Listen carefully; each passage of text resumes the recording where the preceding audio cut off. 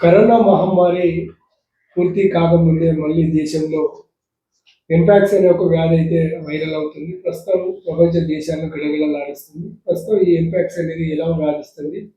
ఇది ఎలా వస్తుంది? ఎంపాక్స్ అంటే ఏమిటి? దీనికి నివారణ ఏందనే విషయాన్ని మనం ఈరోజు అడిగి తెలుసుకునే ప్రయత్నిస్తాం. ప్రస్తుతం మనతో పాటు డాక్టర్ తిరునాథన్ గారు ఎండి ఫిజిషియన్ గారు ఉన్నారు. వారిని అడిగి తెలుసుకునే ప్రయత్నం చేద్దాం. సార్ చెప్పండి, అంటే ఎంపాక్స్ అంటే ఏమిటి? ఎంపాక్స్ ఇది ఎలా సోకుతుంది? నమస్కారం అండి.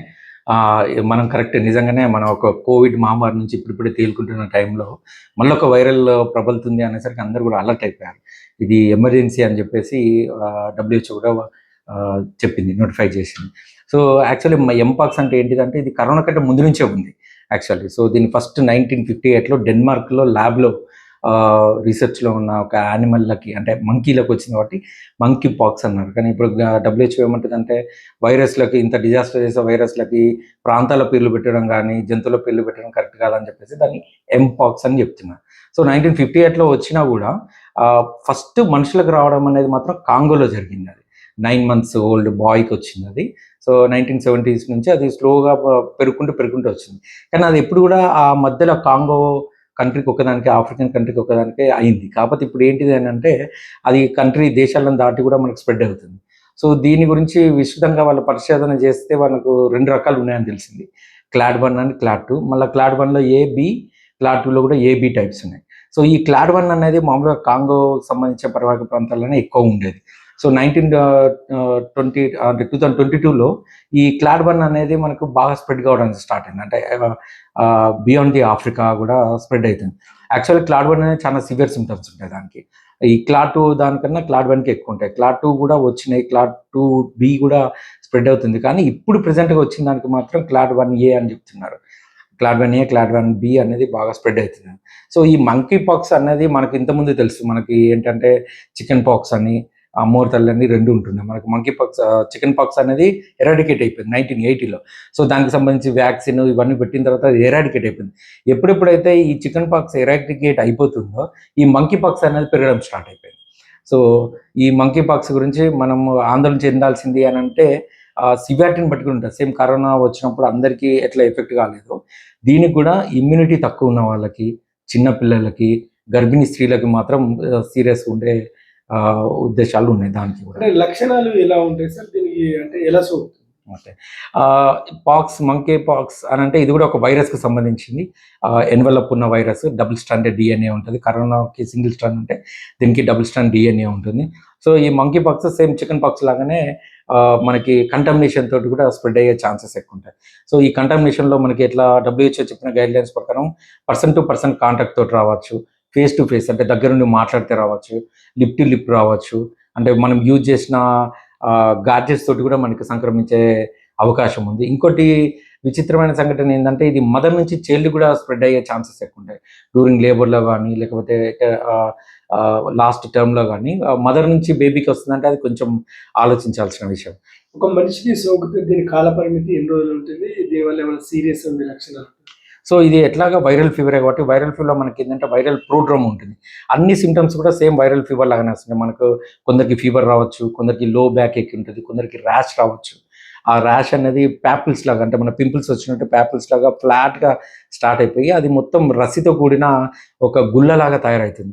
సో దాన్ని చిదిమినా కానీ ఏం చేసినా కానీ వచ్చిన స్రావకాలతో అది మిగతా పార్ట్స్ కూడా స్ప్రెడ్ అయ్యే ఛాన్స్ ఉంటుంది. దాంతోపాటు అది ఎక్కడెక్కడ అంటుకుంటుందో ఆ వస్తువులే మనం యూజ్ చేస్తాయి. అంటే రోగి వాడిన దుస్తులు కానీ ఆయన వాడిన వాటి నుంచి కానీ మనకు సంక్రమించే ఆస్కారం ఉంది కాబట్టి వాటిని ఎక్కువ గిల్లకపోవడము, అది కొంచెం హెయిర్ ఉన్న ఏరియాలో ఉంటే షేవింగ్ చేయకపోవడము, ఇట్లాంటి కొన్ని ప్రికాషన్ తీసుకోవాలి. దీనికి కూడా ఐసోలేషన్ అనేది చాలా ఇంపార్టెంట్. అంటే పేషెంట్కి వచ్చినప్పుడు ఇట్లాంటి ప్రోడ్రమ్స్ ఉన్నాయి అన్నప్పుడు కానీ, అట్లాంటి ఎంపాక్స్ ఉన్న పేషెంట్ మనం దగ్గరికి వెళ్ళి కాంటాక్ట్ అయినప్పుడు వాళ్ళ ఐసోలేషన్ ఉండడం చాలా మంచిది. ఎందుకంటే వాళ్ళతోటి వేరే వాళ్ళకి వచ్చే ఛాన్సెస్ ఉంటాయి కాబట్టి వాళ్ళు ఐసోలేషన్లో ఉండి వీటిని కవర్ చేసుకోవాలి ఎక్కువగా. మళ్ళీ స్నానం చేసేటప్పుడు కొంచెం గోరువెచ్చని నీళ్ళు, దాంట్లో సోడా బైకార్బోనేట్ వేసిన వాటర్ తోటి చేసుకుంటే కొంచెం ఇచ్చింగ్ సెన్సేషన్ కూడా తగ్గుతుంది. మనకి ఆ దురద రాకుండా వాటికి కొంచెం కేర్ ఉంటుందని చెప్తున్నారు. యాజ్ పర్గా దీనికైతే పర్టికులర్ ఈ డ్రగ్ అని మాత్రం లేదు, ఇంకా రీసెర్చ్ స్థాయిలో ఉంది. దీనికి ఏంటంటే మనకు ప్రివెన్షన్ మెయిన్ ఇంపార్టెంట్. ప్రివెన్షన్ తర్వాత మనకి ట్రీట్మెంట్ పార్ట్కి వచ్చినప్పుడు ఫీవర్కి సంబంధించినప్పుడు ఫీవర్ తగ్గించుకోవడము, హైడ్రేషన్ ఎక్కువ ఇవ్వడము, ఈ ఇచ్చింగ్ రాకుండా మనకి లోషన్స్ పెట్టుకోవడము, వాటిని ఎక్కువ గిల్లకుండా ఉండడం అనేది మెయిన్ ట్రీట్మెంట్ అని చెప్తున్నారు ఇప్పుడు. దీనికి హోమ్ ఐసోలేషన్ ఉంటుందా? అలాగే దీనికి సపరేట్ ఫుడ్ ఉంటుందా? నివారణ ఎలా తీసుకోవాలి? సో సెపరేట్ ఫుడ్ అంటే ఏం లేదు, హైడ్రేషన్ అనేది కంపల్సరీ స్కిన్కి సంబంధించింది కాబట్టి మనకి అది స్కిన్ పార్ట్స్లలో ఎక్కడి నుంచి ఫేస్ నుంచి స్టార్ట్ అయ్యి మనకు పెరిఫరల్ బాడీకి స్ప్రెడ్ అవుతుంటుంది. అది మనకు ఓరల్ అంటే ముఖం మీద ఉండొచ్చు, గొంతులో ఉండొచ్చు, పెరియానల్ రీజన్లో ఉండొచ్చు, మనకి జననాంగాలకు కూడా వచ్చే ఆస్కారం ఉంది. సో ఇట్లాంటివి ఉన్నప్పుడు వాళ్ళకి హైడ్రేషన్ ఎక్కువ ఇంపార్టెంట్ ఉంటుంది. వాటిని ఎక్కువ కంటామినేషన్ కాకుండా చిమ్మకుండా వాటిని టచ్ చేయకుండా ఉండడం అనేది చాలా ఇంపార్టెంట్. సో ఇమ్యూనిటీ తక్కువ ఉన్న వాళ్ళలో కానీ, పిల్లలలో కానీ, గర్భిణీ స్త్రీలలో కానీ ఏమవుతుందంటే ఈ డిహైడ్రేషన్ ఎక్కువ కావడం వల్ల, ఇంకా వ్యాధి తీవ్రత ఎక్కువ కావడం వల్ల మనకి లంగ్స్ కూడా ఇన్వాల్వ్ అయ్యే ఛాన్స్ ఉంటుంది. లంగ్స్ ఇన్వాల్వ్ కావచ్చు, ఓరోఫారింగ్స్ అంటే గొంతు కూడా ఇన్వాల్వ్ కావచ్చు, యానస్ పెరియానల్ రీజన్ కూడా ఇన్వాల్వ్ కావచ్చు, అట్లనే హార్ట్ కూడా వచ్చే ఛాన్సెస్ ఉంటాయి. మనకి ఎన్సెఫలైటిస్, మెనింజైటిస్ ఇవన్నీ కూడా డెవలప్ అయ్యే ఛాన్స్ ఉంటాయి, అంటే ఇమ్యూనిటీ తక్కువ ఉన్న వాళ్ళలో. సో ఇంకా దాని గురించి కొత్త స్ట్రెయిన్స్ రావడం కానీ అట్లాంటివి ఏం లేదు. డ్రాప్లెట్ ఇన్ఫెక్షన్ ద్వారా అయితే చాలా తక్కువ, అంటే ఫేస్ టు ఫేస్ దగ్గరికి వచ్చిన కాంటాక్ట్లతోటే వస్తుంది. అంటే కరోనా లాగా తగ్గినప్పుడు ఎంత దూరం నుంచి వెళ్ళే అంత ఆస్కారం దీనికి లేకపోవచ్చు, దగ్గర కాంటాక్ట్ ఉన్న వాళ్ళకి వస్తుంది. కాబట్టి ఐసోలేషన్ అయితే ప్రిఫరబుల్, కానీ మరి అంత స్ట్రిక్ట్గా ఉండకపోవచ్చు. అంటే ఇది కరోనా లాగా గాలిలో కూడా దీని ప్రభావం ఏమన్నా, అంటే ఎక్కువ ప్రభావం ఉండే అవకాశం ఉంటుందా?